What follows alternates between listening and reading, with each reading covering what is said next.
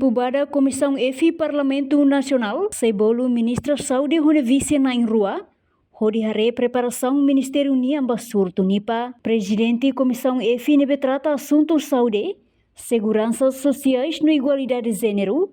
Deputada Maria Gorumali Barreto ba jornalista, quarta-feira ne, Deputada ne Diang, dadang ne viral e mídia social, surtu fong honarang Nipa, nebe Espanha e Índia no Bangladesh. Liga o assunto ne, tempo bada comissão sebolu ministra Elia hone estrutura,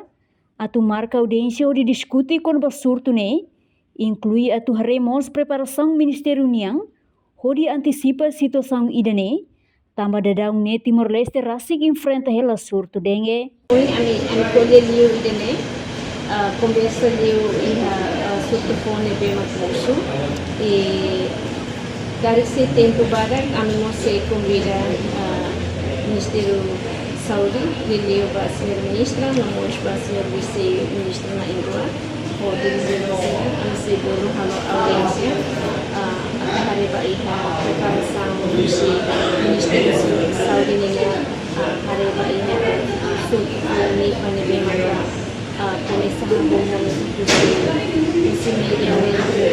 para terminar antecipo la vele impacto magas mainda Timor-Leste tambah agora damos kita hasil surto nebe mata graviton mata moras nebe estamos antecipo para vele moras sebo la vele kan mahiti itu nilai larang tambahnya komisão para se halo audiência ida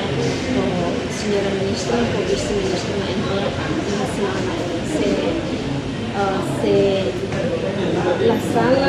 mais cedo viu e segunda não vai é sempre certo